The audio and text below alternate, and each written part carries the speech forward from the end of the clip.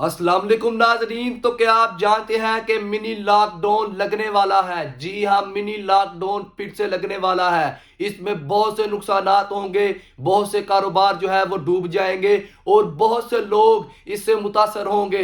हुकूमत ने ऐलान कर दिया है कि मिनी लॉक डाउन को लगाया जाएगा। वो इस वजह से कि सिर्फ पेट्रोल के खर्चों को जो है वो कंट्रोल करना है।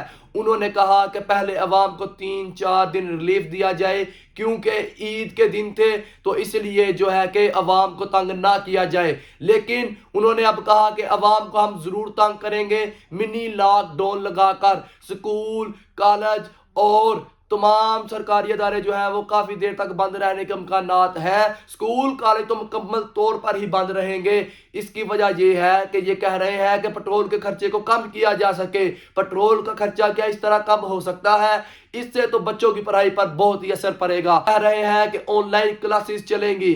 क्या ऑनलाइन क्लासेस से बच्चे की अच्छी तरबियत हो सकती है? उसको सिखाया जा सकता है? कमेंट में जरूर बताइएगा। कोई भी मार्केट 10 बजे के बाद नहीं खुली रहेगी और कोई भी मैरिज हॉल जो है वो 10 बजे के बाद नहीं खुला रहेगा। अब जो भी कोई फंक्शन होगा वो दिन के वक्त ही होगा।